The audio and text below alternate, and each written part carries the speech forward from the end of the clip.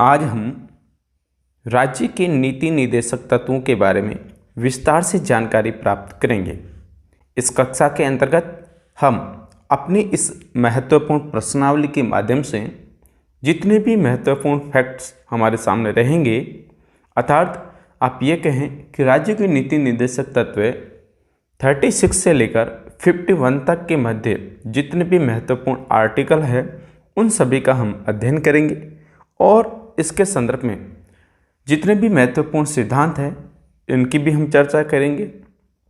राज्य के संबंध में जो आलोचनाएं की गई है नीति निर्देशक तत्वों के बारे में, जैसे कोई कानूनी शक्ति मानते हैं, कोई तर्क व्यवस्था के स्वरूप में, कोई रूढ़िवादी, कोई संवैधानिक टकराव, इन सभी पे भी हम बात करेंगे।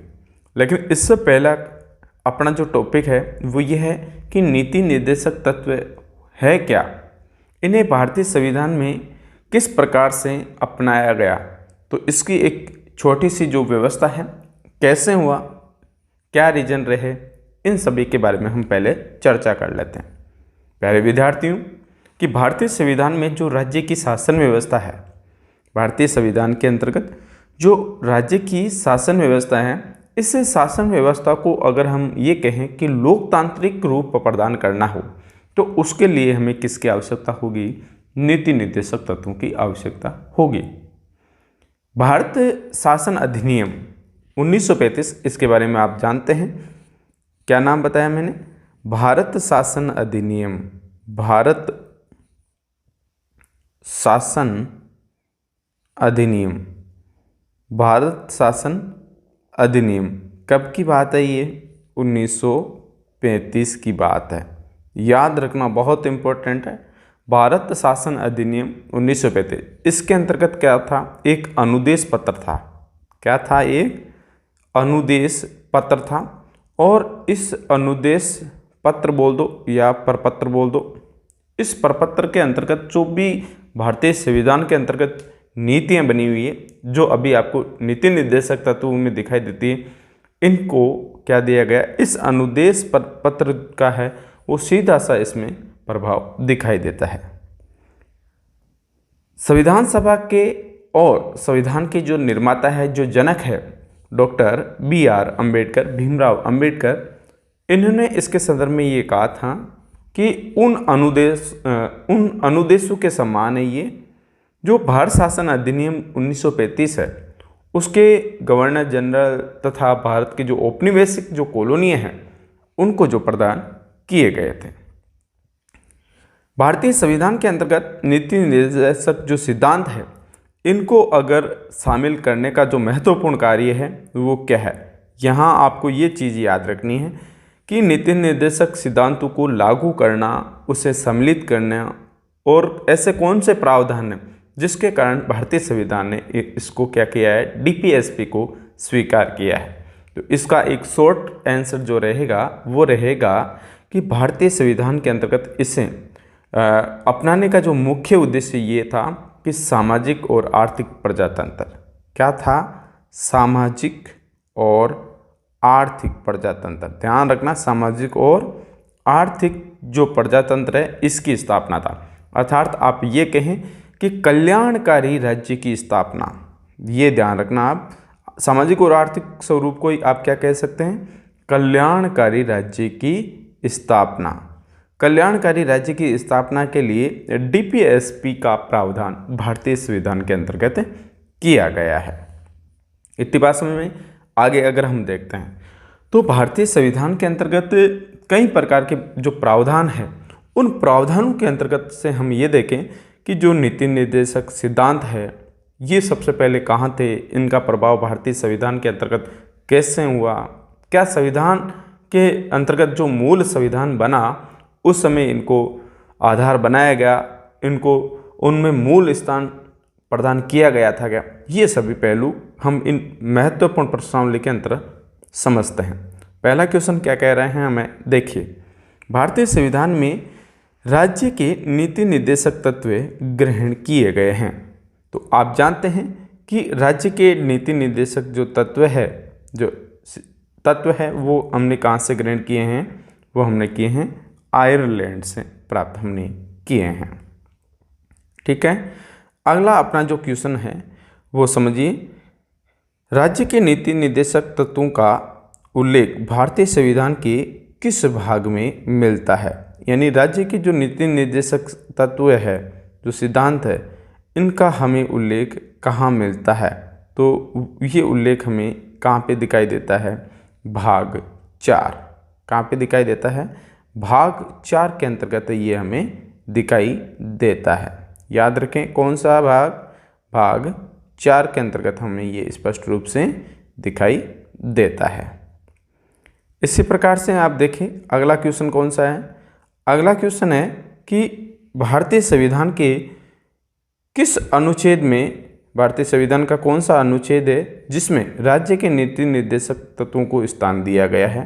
तो आप जानते हैं 36 से 51, 36 से लेकर 51 का जो आर्टिकल है, जहां आप देखेंगे कि 36 में क्या बताया गया है, 36 के अंतर्गत राज्य शब्द को वर्णित किया गया है, उसको परिभाषित किया गया है। ध्यान रखना, जैसे भाग 3 की आप बात कर रहे थे मूल अधिकार, वो मूल अधिकारों में जो आर्टिकल 13 है, इसी प्रकार से यहाँ आर्टिकल जो 36 है, ये एक महत्वपूर्ण कॉमन में पॉइंट बता रहा हूँ, इसमें भी राज्य शब्द को वर्णित किया गया है, तो इसमें भी राज्य शब्द के बारे में बताया गया है। ये एक महत्वपूर्ण फैक्ट आपके रहेगा। आप जानते हैं कि नीति निर्देशक जो तत्व है वो 36 से लेकर 51 के मध्य है, लेकिन एक आर्टिकल इसमें से इम्पोर्टेंट हमारे सामने ये रहा कि जो 13 है, मूल अधिकारों का जो अनुच्छेद 13 है, जो राज्य शब्द के बारे में वर्णित करता है, तो यहाँ 36 भी सेम हमारे सामने है। तो इसका राइट आंसर कौन सा हुआ, सी इज करेक्ट।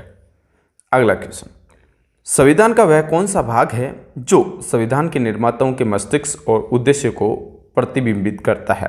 तो आप जानते हैं, देखिए राज्य के अंतर्गत जो व्यवस्थाएं हैं, कल्याणकारी राज्य की स्थापना, वो संविधान निर्माताओं का क्या था, मुख्य मुद्दा था। तो राज्य के नीति निर्देशक तत्व इसका क्या होगा, आंसर होगा।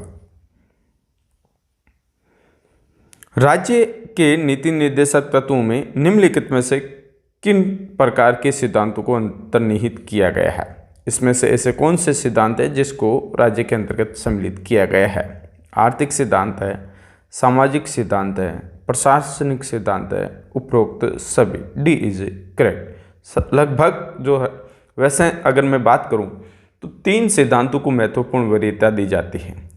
कौन कौन से, जैसे समाजवादी सिद्धांत, हम 3 सिद्धांतों की चर्चा करेंगे। एक तो सिद्धांत रहेगा अपना समाजवादी सिद्धांत, कई प्रकार के जो उल्लेख है उनका जो समाजवादी ढांचा है, सामाजिक और आर्थिक न्याय की जो बात करते हैं वो सामाजिक सिद्धांतों में आएंगे। कई ऐसे महत्वपूर्ण आर्टिकल जैसे 38 है, 38 फर्स्ट, 38 टू, 39 ख और 39 घ है ना, 42 है, 43 क, ये सारे समाजवादी आएंगे। तो हम समाजवादी सिद्धांत देखेंगे। इसके बाद में हम देखेंगे गांधीवादी सिद्धांत। गांधीवादी सिद्धांत अर्थात गांधी जी की जो अवधारणाएं हैं, गांधी जी का जो सिद्धांत है, गांधी जी के जो सपनों को साकार करने वाला सिद्धांत है, वो गांधीवादी दर्शन है।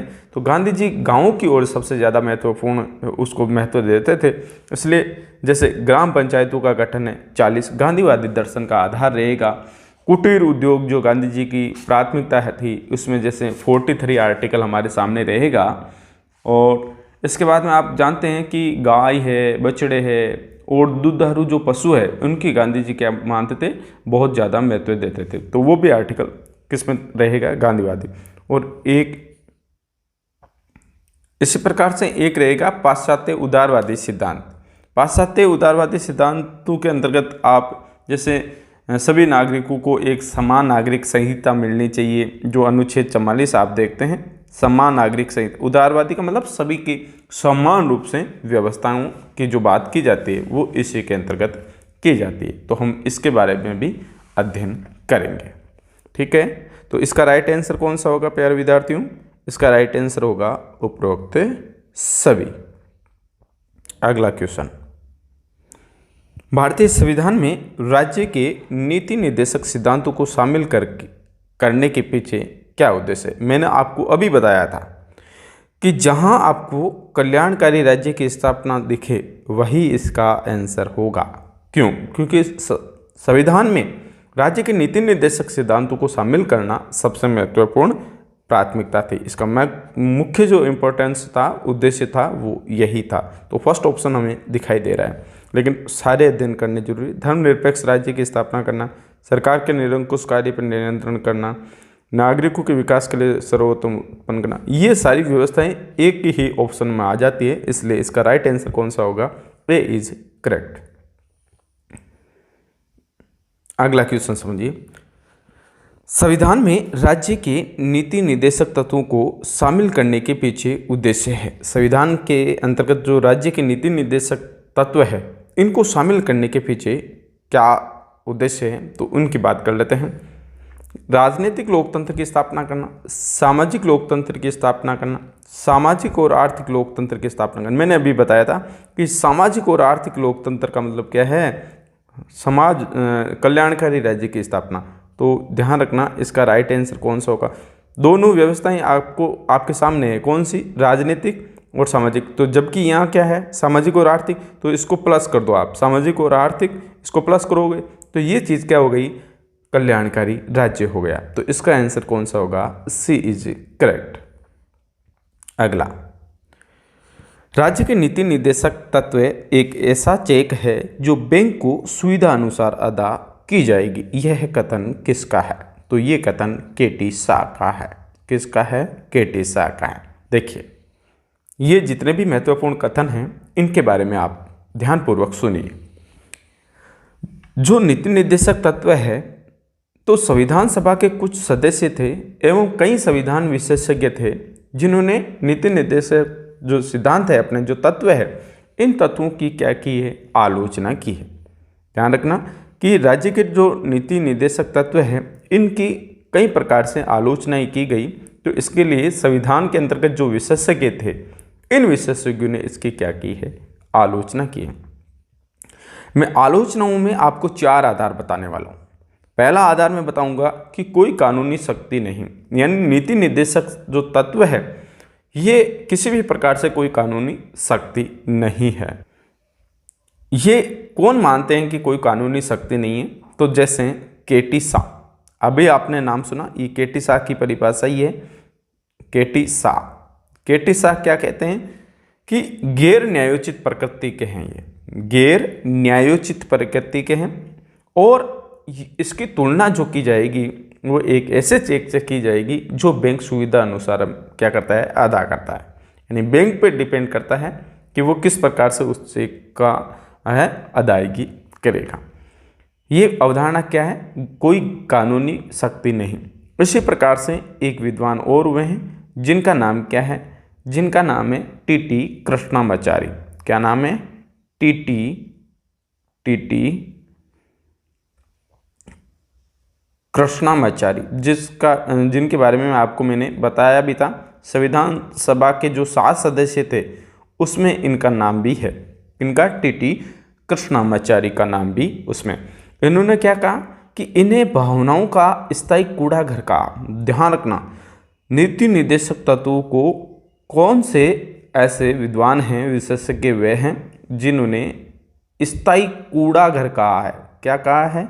स्थायी कूड़ा घर, डस्टबिन, स्थायी कूड़ा घर की संज्ञा दी है। तो वो कौन है? टीटी कृष्णामाचारी है। इसी प्रकार से केसी वियर है। क्या नाम है? केसी वियर। ध्यान रखें, आप आराम से नोट डाउन करें। केसी वियर, केसी वियर जो है, केसी वियर इस अर्थात नीति निर्देशक तत्वों को क्या कहते हैं? इनको धार्मिक उपदेश देते हैं कि ये एक क्या है? धार्मिक उपदेश है, नीति निर्देशक तत्व। तो ये 3 जो विद्वान मैंने बताए, ये कोई कानूनी शक्ति है वो नहीं मानते हैं। केटी शाह तो क्या कहते हैं कि तत्व, नीति निर्देशक तत्व जो है वो ऐसे चेक से की है जो बैंक की सुविधा अनुसार अदा किया जाता है। फिर मैंने टीटी कृष्णामाचारी का बताया, इन्होंने क्या कहा कि इन्हें भावनाओं का स्थायी कूड़ागर, उन्होंने कहा कि ये भावनाओं के एक स्थायी कूड़ागर के समान। कैसिवियर इन्हें धार्मिक उपदेश की संज्ञा देते हैं। तो ये था कि कोई कानूनी शक्ति इसमें नहीं है, अर्थात ये गैर न्यायोचित प्रकृति के हैं। ठीक है, इसी प्रकार से तर्कहीन व्यवस्था करते हैं। किसके ऊपर? नीति निर्देशक तत्वों पर तर्कहीन व्यवस्था कौन करते हैं? दो विद्वान इसमें आएंगे। एक तो आएंगे एन श्रीनिवासन, क्या नाम है? एन श्रीनिवासन, ध्यान रखना है आपको। एन श्रीनिवासन जो विद्वान हैं ये है। एन श्रीनिवासन कहते हैं कि निर्देशक तत्व तर्कहीन एवं अनुचित तरीके से वर्गीकृत किए गए हैं, अर्थात इनका जो वर्गीकरण है वो तर्कहीन आधार पर किया गया हुआ है। इसी प्रकार से तर्कहीन व्यवस्था के और एक विद्वान हैं जिनका नाम आइवर जेनिंग्स है, जिसके बारे में मैंने आपको पहले भी जब संविधान सभाओं के बारे में हम अध्ययन करवाता हूं तो उस समय मैं आइवर जेनिंग्स को बहुत बढ़िया तरीके से एक्सप्लेन करता हूं, जहां ये एक प्रसिद्ध संविधानविद थे। ग्रेन ऑस्टिन की जो पुस्तक है, ग्रेन ऑस्टिन की पुस्तक के अंतर्गत आप देखेंगे तो वहाँ the Indian constitution cornerstone of a nation, उसके अंतर्गत भी बताया गया था कि संविधान की मूल आत्मा को जो स्वरूप दिया गया वो इसी को दिया गया। लेकिन सर आइवर जेनिंग्स जो थे, इन्होंने क्या कहा है तर्कहीन व्यवस्था में, तो इसका क्या मतलब हुआ देखिए। सर आइवर जेनिंग्स के अनुसार तर्कहीन व्यवस्था क्या है कि इन तत्वों का कोई नियमित प्रतिमान दर्शन नहीं है, अर्थात जो नीति निर्देशक सिद्धांत है, जो तत्व है, इनका कोई नियमित प्रतिमान नहीं है। ये तर्कहीन व्यवस्था। फिर आती है एक व्यवस्था रूढ़िवादी व्यवस्था। रूढ़िवादी व्यवस्था में जैसे ये कहते हैं कि समाजवाद के बिना फेबियन समाजवाद की इसे संज्ञा दी जाएगी। और एक और महत्वपूर्ण तर्क है जिसे कहते हैं के संथानम। आपने नाम सुना है के संथानम, क्या नाम है? के संथानम। के संथानम क्या आलोचना करते हैं राज्य के नीति निर्देशक तत्वों के बारे में, तो वो ये व्यवस्था करते हैं और आलोचना के स्वरूप में वो ये कहते हैं कि नीति निर्देशक तत्वों ने ही विधायिका, कार्यपालिका, न्यायपालिका, कौन कौन से? कार्यपालिका कानूनों को लागू करना, विधायिका निर्माणम और न्यायपालिका विश्लेषण। ठीक है, तो इनके मध्य वो क्या करता है? टकराव को जन्म देता है। नीति निर्देशक तत्व जो है वो कार्यपालिका, विधायिका और न्यायपालिका के मध्य टकराव की स्थिति उत्पन्न करते हैं। ये किसने कहा? के संथानम ने कहा। किसके बारे में कहा? नीति निर्देशक तत्वों के बारे में कहा। तो आपने इसका आंसर क्या दिया कि राज्य के नीति निर्देशक तत्व राज्य के ऐसा चेक है जो बैंक की सुविधा अनुसार अदा की जाएगी। तो ये कथन किसका है? केटी शाह का है। अगला, किस संवैधानिक संशोधन अधिनियम ने राज्य के नीति निर्देशक तत्वों को मौलिक अधिकारों की उपेक्षा अधिक प्रभावी बनाया है? तो आप जानते हैं कौन सा है? 42वां संविधान संशोधन अधिनियम 1976। ए इज करेक्ट।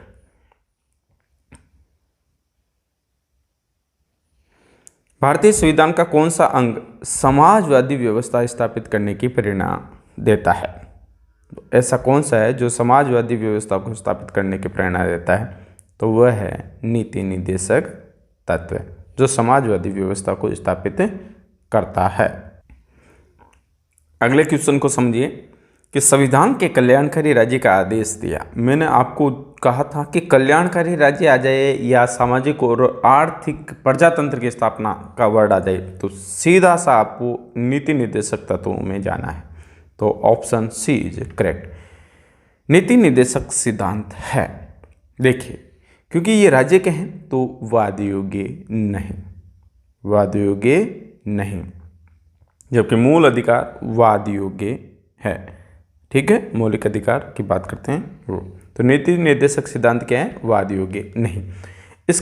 इनके बीच में मैं आपको कुछ अंतर जरूर बता देता हूँ कि आप कई बार सोचते हैं कि सर मूल अधिकार और नीति निर्देशक तत्व जो है इनमें कौन कौन से महत्वपूर्ण अंतर है जो हमें दिखाई देते हैं।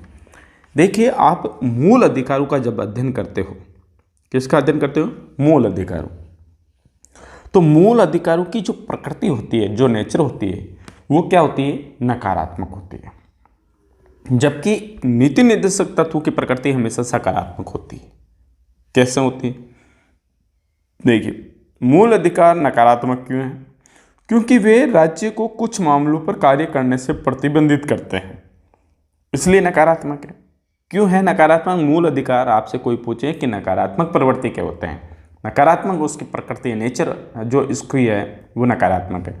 तो क्यों है? क्योंकि ये राज्य को कुछ मामलों पर कार्य करने से क्या कर देते हैं? प्रतिबंधित कर देते हैं। जबकि नीति निर्देशक तत्व जो है वो सकारात्मक प्रकृति के हैं। क्यों? क्योंकि ये राज्य को कुछ मामलों पर इनकी आवश्यकता होती है, इसलिए राज्य करना चाहता है।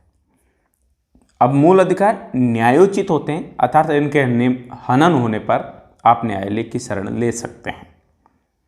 ये गैर न्यायोचित होते हैं। क्यों? क्योंकि कानूनी रूप से न्यायालय द्वारा लागू नहीं करवाया जा सकता है, इसलिए ये गैर न्यायोचित होते हैं, अर्थात कानूनी रूप से न्यायालय से लागू नहीं करवाया जा सकता, न्यायालय के द्वारा।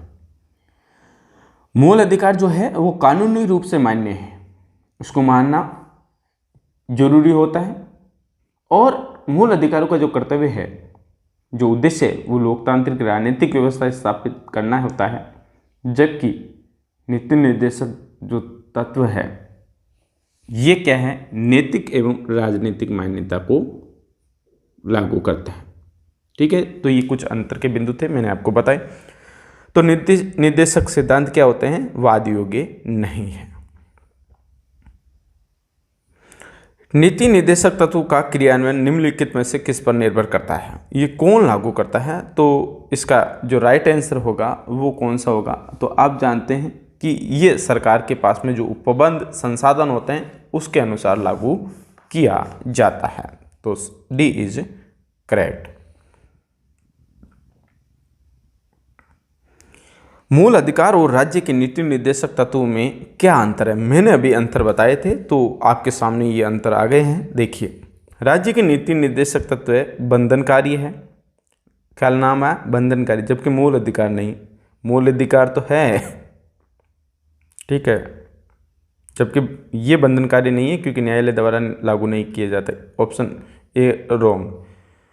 राज्य के नीति निर्देशक तत्व वाद योग्य, मैंने बताया कि नहीं, जबकि मूल अधिकार नहीं। मूल अधिकार तो है, तो मूल अधिकार क्योंकि हनन होते हैं तो आप न्यायालय की शरण लेते हैं, तो मूल अधिकार वाद योग्य है, जबकि राज्य के नीति निर्देशक तत्व नहीं। इनमें से कोई नहीं, सी हमारे सामने करेक्ट आंसर।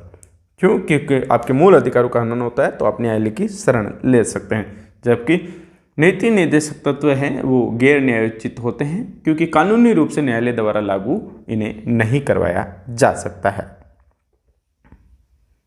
अगला क्वेश्चन, मौलिक अधिकार एवं राज्य के नीति निर्देशक तत्वों के विषय में कौन सा कथन सही है? ये इनमें से कौन से ऑप्शन है जो इन दोनों में, मौलिक अधिकार और राज्य के नीति निर्देशक तत्वों में क्या क्या है सही है? तो ध्यान रखना, वे एक दूसरे के क्या है? पूरक है। वे एक दूसरे के क्या है? पूरक होते हैं। एक कल्याणकारी राज्य के निर्देश आधारित वर्णित है। मैंने ये आ गया वापस, देखिए, कल्याणकारी राज्य के निर्देश अर्थात राज्य के नीति निर्देशक तत्व है। ठीक है, ऑप्शन ए इज करेक्ट। नीति निर्देशक तत्वों को कार्यान्वित करने के लिए क्या मूल अधिकारों का हनन हो सकता है? बिल्कुल बिल्कुल, कुछ मामलों में होता है, तो हाँ, कुछ का नहीं, विवादग्रस्त, कुछ का हो सकता है। नीति निर्देशक राज्य कई उपबंध करता है तो उसमें इनका हनन हो सकता है। ठीक है, तो right answer B is correct. चलिए अगले क्वेश्चन पे।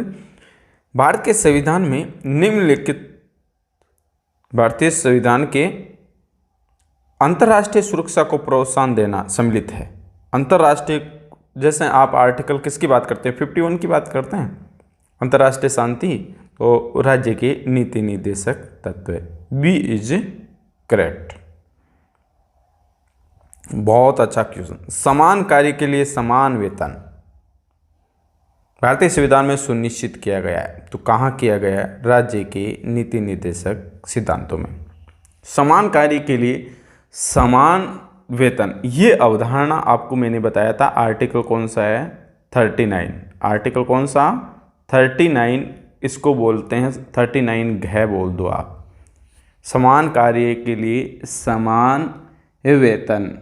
पुरुषों को व स्त्रियों को दोनों को क्या मिलेगा? समान वेतन मिलेगा। तो ध्यान रखना 39 घ जो है वो राज्य के नीति निर्देशक सिद्धांतों के अंतर्गत आएगा। अगला क्वेश्चन, भारतीय संविधान के निम्नोक्त भागों में से किस एक में न्यायपालिका और कार्यपालिका के पार्थक्य का प्रावधान किया गया है? तो आर्टिकल जो 50 है वो कौन सा है? आर्टिकल 50 वो 50 यही है कि इसके अंतर्गत कार्यपालिका और न्यायपालिका को पृथक्करण किया गया है। आर्टिकल किसमें? 50 के अंतर्गत इसे पृथक्करण किया गया है। तो ये चीज़ कहाँ पे है?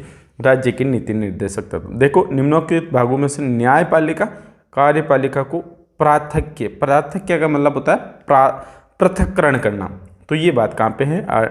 50 के अंतर्गत है। तो अनुच्छेद 50 यही है। तो ये कहाँ पे वर्णित है? राज्य के नीति निर्देशक सिद्धांत में वर्णित है। अगला क्वेश्चन, भारतीय संविधान में राज्य के नीति निर्देशक सिद्धांत को किस मुख्य कारण से सम्मिलित किया गया? तो आप जानते हैं ये आ गया कल्याणकारी राज्य की स्थापना। किसकी स्थापना? कल्याणकारी राज्य की स्थापना। अगले क्वेश्चन को समझिए। मूलभूत संविधान में, ध्यान रखना मूलभूत का मतलब जहां आप मूलभूत की करते हैं तो मूल संविधान की बात करते हैं, ठीक है। तो मूल संविधान में कौन से भाग में राज्य कल्याण की, लोक कल्याण की संकल्पना सम्मिलित करता है? तो ये संकल्पना आप देखते हो कहाँ है? राज्य के नीति निर्देशक सिद्धांतों में, अर्थात तत्व जो है DPSP वहाँ पे मूलभूत संविधान के अंतर्गत, ठीक है, राज्य के नीति निर्देशक तत्व है। अगला क्वेश्चन, संविधान का कौन सा अंश भारत के नागरिकों को आर्थिक न्याय प्रदान करने का संकेत करता है? आर्थिक न्याय, तो आर्थिक न्याय जो बात है वो कहाँ पे वर्णित है? आर्थिक न्याय में देखिए राज्य के नीति निर्देशक तत्व इसमें तो है, बिल्कुल आर्थिक न्याय की बात करते हैं। और आर्थिक न्याय से संबंधित आपने जो महत्वपूर्ण पहलू देखे हैं, जैसे आर्थिक न्याय के बारे में आप देखते हैं कि उद्योगों में है या काम में है समान न्याय, निःशुल्क विधिक सहायता है, 39 है। ये जहां आप आर्टिकलों का अध्ययन करते हैं तो यहाँ पे आप क्या करते हैं? आर्थिक न्याय के संदर्भ में भी इन पहलुओं को देखते हैं। मौलिक अधिकारों में ऐसा है नहीं, प्रस्तावना में भी नहीं है। प्रस्तावना में न्याय की बात हुई है, कौन से? 3 प्रकार के, सामाजिक, आर्थिक और राजनीतिक न्याय का संकेत है। मौलिक अधिकारों में, मूल अधिकारों में आर्थिक न्याय के संदर्भ में कोई मुझे याद नहीं है इसका कि मौलिक अधिकारों के अंतर्गत आर्थिक न्याय का कोई पहलू हो। वहाँ पे आर्थिक न्याय से संबंधित बात ना होकर, जैसे 14 की आप बात करते हैं, है ना, 14 के अंतर्गत 15 के अंतर्गत है वो जो आर्टिकल है, ये दोनों अलग प्रकार से वो विधि के समक्ष संरक्षण और समानता के संदर्भ में बात करता है, आर्थिक स्वरूप से नहीं करता। तो ऑप्शन ए इज करेक्ट होगा, ठीक है। जबकि प्रस्तावना में तीनों की बात की गई थी, तो उपरोक्त सभी तो इसका आंसर नहीं है। निम्नांकित में से कौन सा राज्य नीति का निर्देशक सिद्धांत नहीं है? निम्नांकित में से कौन सा राज्य नीति निर्देशक सिद्धांतों का नहीं है? इसमें से कौन सा है? अंतर्राष्ट्रीय शांति को प्रोत्साहन देना, बिल्कुल ये आर्टिकल 51 कहता है, लास्ट वाला अंतर्राष्ट्रीय शांति। 14 वर्ष तक के बच्चों को निःशुल्क एवं अनिवार्य शिक्षा प्रदान करना, ये आर्टिकल कौन सा कहता है?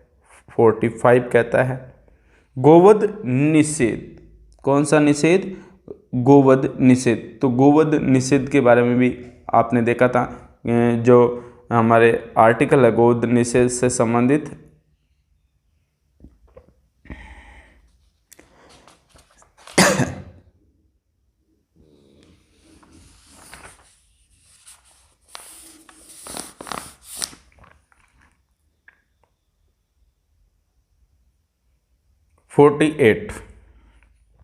इसकी बात कर लेते हैं हम, 48 की बात कर लेते हैं। गोवध निषेध, हाँ इसका आंसर तो होगा निजी संपत्ति की समाप्ति। ये वाला सिद्धांत नहीं है। 48 में क्या है कि गाय है, यानी गायों, बछड़ों और अन्य दुधारू पशुओं के वध पर प्रतिबंध एवं उनकी नस्लों में सुधार के प्रयास। आर्टिकल जो 48 है वो क्या कहता है? 48 कहता है कि गायों, बछड़ों तथा अन्य दुधारू जो पशु है उनके वध पर प्रतिबंध एवं उनकी नस्लों में सुधार के क्या है? प्रयास है। तो इसका आंसर कौन सा होगा? डी होगा। निजी संपत्ति की समाप्ति वाला कोई भी इसमें आर्टिकल मुझे नहीं लगा। अगला क्वेश्चन समझिए।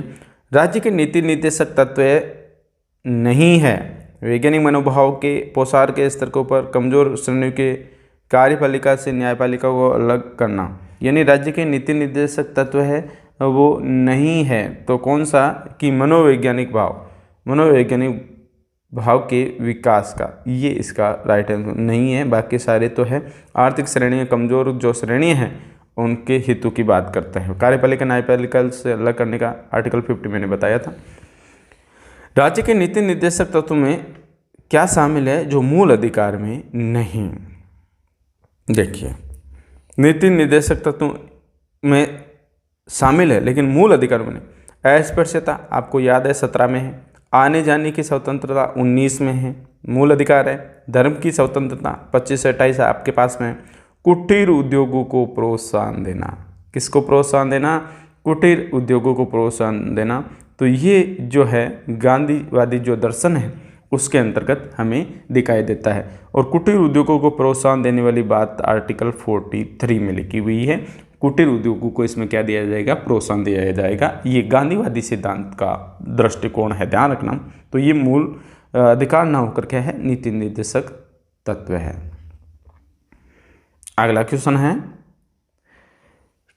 किसी नीति निर्देशक सिद्धांत को प्राय समाजवादी माना जाता है। समाजवादी हम उसे किस प्रकार से कह सकते हैं? तो उसके रीजन को समझिए। ग्राम पंचायतों की स्थापना, ग्राम पंचायतों की स्थापना ये तो गांधीवादी हो गया, ठीक है ना। मैंने सिद्धांत बताए थे, समाजवादी सिद्धांत होता है एक, तो एक उदारवादी सिद्धांत होता है और एक गांधीवादी सिद्धांत होता है। कितने सिद्धांत होते हैं? 3 सिद्धांत होते हैं। तीनों में एक तो है समाजवादी, एक है गांधीवादी, एक है उदारवादी, ठीक है ना। तो समाजवादी क्या करता है? समानता लाने का काम करता है, अर्थात असमानताएं जितनी भी होती हैं उनको कम करने का काम करता है। ग्राम पंचायतों का गांधीवादी दर्शन। गोवध पर प्रतिबंध गांधीवादी 48 के अंतर्गत आप देखा। अंतर्राष्ट्रीय शांति एवं सुरक्षा ये है 51, आर्टिकल 51 की बात आप करते हैं, तो ये उदारवादी है, ध्यान रखना। अंतर्राष्ट्रीय शांति एवं सुरक्षा को प्रोत्साहन देना क्या है? उदारवादी। आय की असमानताओं को कम करना, आय की असमानताओं को कम करना समाजवादी हो गया ना। तो ऑप्शन डी इज करेक्ट। अगला क्वेश्चन समझिए।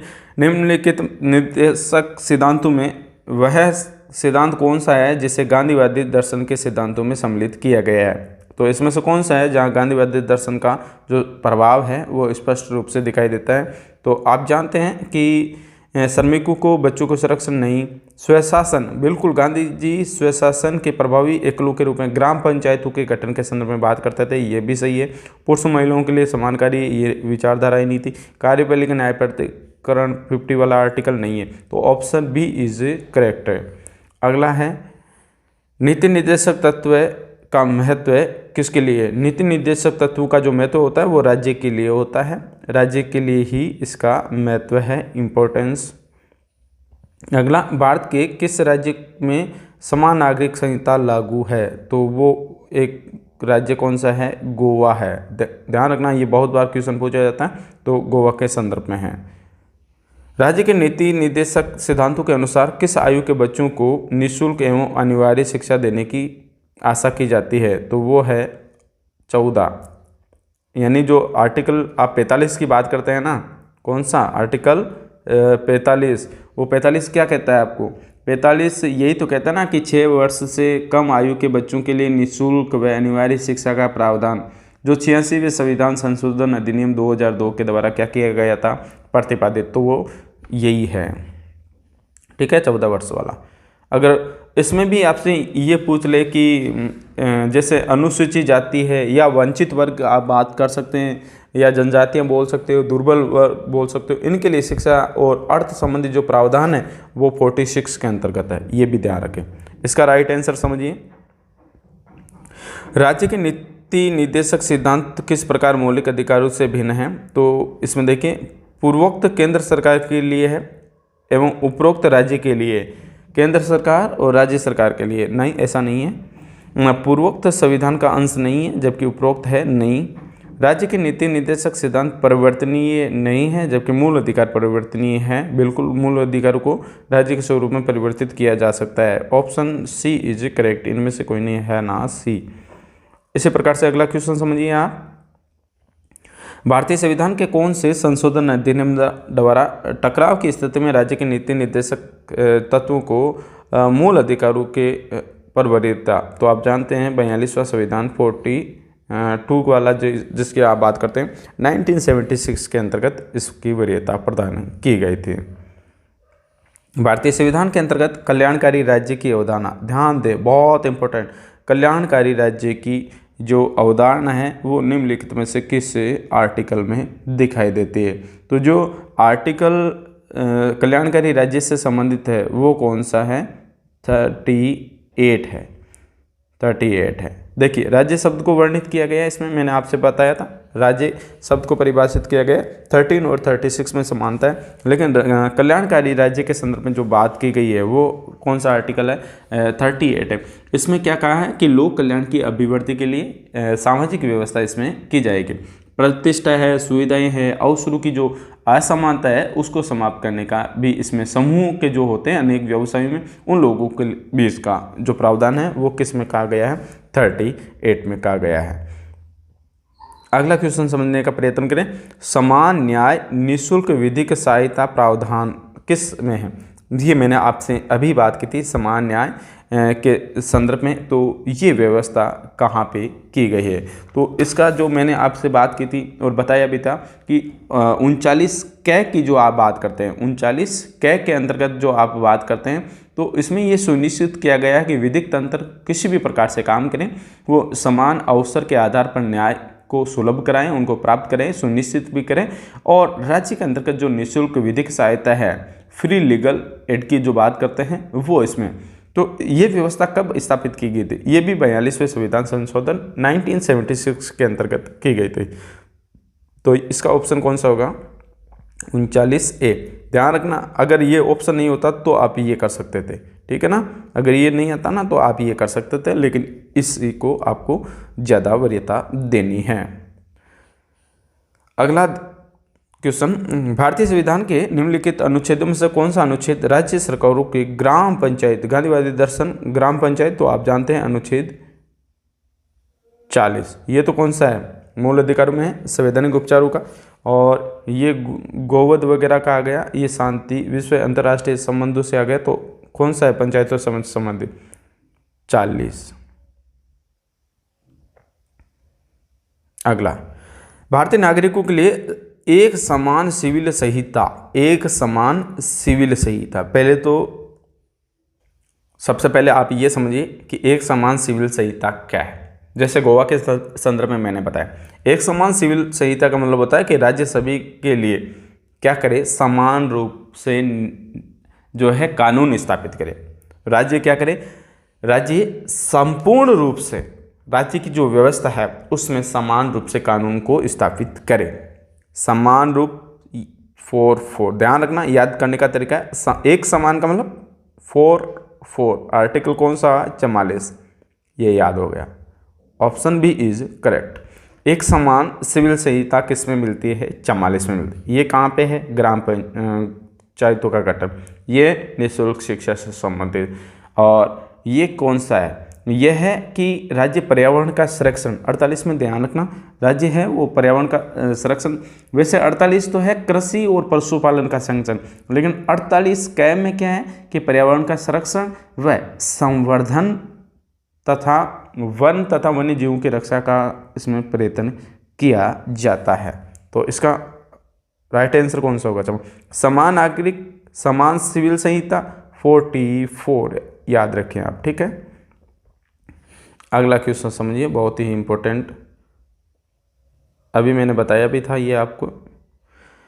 संविधान के किस अनुच्छेद में न्यायपालिका का कार्यपालिका से पृथक्करण? 50, ये रहा अनुच्छेद 50। अगला क्वेश्चन समझिए, राज्य के नीति निर्देशक सिद्धांतों में से किस अनुच्छेद का संबंध अंतर्राष्ट्रीय शांति? तो अंतर्राष्ट्रीय शांति के संदर्भ में मैंने बताया अनुच्छेद 51 की आप बात करते हैं। भारतीय संविधान के किस अनुच्छेद द्वारा दुर्बल वर्ग का मतलब समझ रहे हैं? अनुसूचित जातियों व जनजातियों तथा इनके अर्थ संबंधी जो प्रावधान है वो किस में है? अनुच्छेद 46 के अंतर्गत है। 50 में निःशुल्क है, निःशुल्क शिक्षा वगैरह के जो प्रावधान है वो इसमें किए गए हैं। और जो 47 है ये याद रखना, 47 में जो बात कही गई है वो ये कही गई है कि जो पोषाहार होता है, पोषाहार स्तर पर जीवन स्तर को ऊंचा करने वाले तथा लोक स्वास्थ्य में सुधार के संदर्भ में राज्य का क्या होता है? कर्तव्य होता है। और अनुच्छेद 48 आप जानते हैं कृषि एवं पशुपालन के संगठन से संबंधित है। तो ऑप्शन बी इज करेक्ट होगा। अगला क्वेश्चन, काम करने के अधिकार को राज्य नीति निर्देशक तत्वों में सम्मिलित करते हैं, निम्नलिखित में से कौन से के अंतर्गत आएगा काम के? तो मैंने बताया जैसे मनरेगा वगैरह का कार्य के संबंध में काम, शिक्षा, लोक सहायता पाने का अधिकार। ध्यान रखना 3 चीज़ें याद रखोगे आप इसमें आर्टिकल 41 में, काम, शिक्षा और लोक सहायता। काम, शिक्षा और लोक सहायता ये 3 शब्द हैं, वो किस में है? अनुच्छेद 41। जैसे मनरेगा की बात करते हैं ना आप कि महात्मा गांधी राष्ट्रीय ग्रामीण रोजगार योजना काम पाने के अधिकार के तहत ही है, तो ये कौन सा है? सी इज करेक्ट, ठीक है। अगला क्वेश्चन सम्मिलित करना है, बहुत अच्छा क्वेश्चन है और लगभग आर्टिकल को कवर कर रहा है। अनुच्छेद 40 बिल्कुल ग्राम पंचायतों का गठन है, तो इसके आगे आप 1 लिखें, इसके आगे आप क्या लिखेंगे? 1 लिखेंगे। अनुच्छेद 41 काम पाने का अधिकार, बिल्कुल काम पाने का अधिकार 2। 44 समान नागरिक संहिता 3। 48 कृषि एवं पशुपालन गठन 1 2 3 4 1 2 3 4 very good, A is correct, A is correct. निम्नलिखित में से कौन सा राज्य के नीति निर्देशक तत्वों में शामिल है? इनमें से कौन सा है जो राज्य के नीति निर्देशक तत्वों में शामिल है? तो मानव के दुर्व्यापार और बलात्, तो ये बात तो आपने मूल अधिकारों में 23 में देखी थी, ठीक है ना। 23 का मामला है ये, तो है नहीं है ना। अगला, मादक पेय तथा स्वास्थ्य के लिए हानिकारक औषधियाँ पेयजन से क्या है? इस पे प्रतिबंध, बिल्कुल ये मादक पदार्थों से संबंधित है, वो इसमें दिया गया है। तो इसका राइट आंसर कौन सा होगा? केवल 2 ही होगा। ध्यान रखें, केवल 2 ही इसका आंसर होगा। ये बात जो है इसके लिए आर्टिकल कौन सा है? 47 की जो आप बात करते हैं, यानी राज्य लोगों के पोषाहार स्तर है, जीवन स्तर को ऊंचा करने के लिए, लोक स्वास्थ्य में सुधार करने के लिए उनके प्राथमिक कर्तव्यों को मानेगा और मादक पदार्थ है स्वास्थ्य के लिए हानिकारक जो औषधियाँ हैं उनके प्रयोजन से भिन्न उपयोग का प्रतिषेध करने का प्रयास करेगा। तो ये बात किस में है? बी में है, ठीक है, बी इज करेक्ट। ये बात 23 में। चलें अगले क्वेश्चन पे, चलिए यही वापस इसी प्रकार का क्वेश्चन है, कथनों पर विचार करना है। आजकल एग्जाम में इसी प्रकार से कथन वाले ही क्वेश्चन सबसे ज़्यादा फैक्ट वाले पे पूछा जाता है, क्योंकि ये समझ आधारित प्रश्न होते हैं, ठीक है। वो फैक्ट आधारित है, अगर आपको उसका आंसर आता है तो आपका सही हो जाएगा, लेकिन ये समझ पे आधारित है। आपके सामने 2 कथन लिखे हुए हैं पहले से, तो उसमें से समझ विकसित करनी है आपको, ध्यान रखें। भारत के संविधान में पुरुषों तथा महिलाओं द्वारा समान कार्य के लिए समान वेतन देने को बढ़ावा देने के लिए कोई उपबंध नहीं है, कोई उपबंध नहीं है। किसमें? भारतीय संविधान के कोई उपबंध नहीं है। दूसरा, भारत के संविधान में पिछड़े वर्गों को परिभाषित नहीं किया गया है। भारत के संविधान में पिछड़े वर्गों को परिभाषित नहीं किया गया। तो आप देखेंगे इसमें ये वाली बात सही है ना? ये वाली बात सही होगी। तो कौन सा इसमें से नहीं आ रहा है वो देखो। भारत के संविधान में पिछड़े वर्गों को परिभाषित नहीं किया गया, जबकि किया गया है ना, तो केवल 2। समान कार्य के लिए समान वेतन देने की बात तो मैंने आपको बताई थी कि समान कार्य के लिए जो समान वेतन है वो जो 39 है, कौन सा 39 है, वो इसके अंतर्गत वर्णित है। अगले क्वेश्चन पर चलें। निम्नलिखित इनमें से कौन से राज्य के नीति निर्देशक सिद्धांतों में सम्मिलित नहीं है? मद्य निषेध बिल्कुल है। मद्यपान का निषेध मैंने अभी आपको बताया था ना, 47 वाला, वो है। काम का अधिकार, काम पाने का जो अधिकार है, यानी काम है, शिक्षा है, लोक सहायता, 41 की बात करते हैं। समान कार्य के लिए समान वेतन है, ये भी आप बात करते हैं। जैसे समान कार्य के लिए समान वेतन का 39 के अंतर्गत आपने देखा था। इसी प्रकार से सूचना, ये नहीं है भाई आपके लिए। Option D is correct. निम्नलिखित में से कौन सा एक संशोधन संविधान में 42वें नीति निर्देशक तत्वों में जोड़ा नहीं गया था? ध्यान रखना, क्वेश्चन सही पढ़े। जोड़ा नहीं। शोषण से युवाओं तथा बच्चों की सुरक्षा, ये तो जोड़ा गया था। समान न्याय, निःशुल्क कानूनी सलाह, 39 की जो आप बात करते हैं। सभी नागरिकों के लिए समान आचार संहिता, ये नहीं है भाई, ठीक है। उद्योगों के प्रबंधन, ये जो आप 43 की बात करते हो, ये है। तो ऑप्शन सी इज करेक्ट। और आज के अंतिम 2 क्वेश्चन। भारत के कल्याणकारी राज्य होने का विचार पाया जाता है। भारत के कल्याणकारी राज्य होने का विचार पाया जाता है, तो वो किस में पाया जाता है कल्याणकारी राज्य होने का? 38 के अनुसार, आर्टिकल 38 के अनुसार आप देखेंगे तो नीति निर्देशक तत्व, नीति निर्देशक तत्व इसमें भी तो है, प्रस्तावना भी तो है, ध्यान देना, प्रस्तावना भी है, नीति निर्देशक तत्व में भी है। कल्याणकारी राज्य के अंतर्गत ए और सी दोनों, ए और सी, ठीक है। D is correct. अगर प्रस्तावना भी कल्याणकारी राज्य के संदर्भ में ही है, ठीक है, इसका आंसर डी, ए और सी दोनों। कल्याणकारी होने का विचार पाया जाता है, इसका आंसर डी होगा ना, क्योंकि प्रस्तावना भी है और नीति निर्देशक मौलिक अधिकारों में नहीं है, तो ये होगा। अगला क्वेश्चन, अगर प्रस्तावना नहीं है तो ध्यान रखना नीति निर्देशक तत्व ही आएंगे। और आज का इम्पोर्टेंट और लास्ट क्वेश्चन, इन कथनों पर हमें विचार करना है। भारतीय नागरिकों के लिए समान नागरिक संहिता सुरक्षित करना, नीति निर्देशक तत्वों के अनुसार नहीं, ये तो था ही नहीं।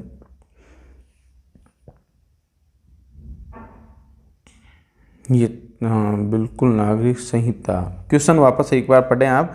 भारतीय संविधान में प्रतिस्थापित राज्य के नीति निर्देशक तत्वों के अंतर्गत निम्नलिखित प्रावधानों पर विचार करना है।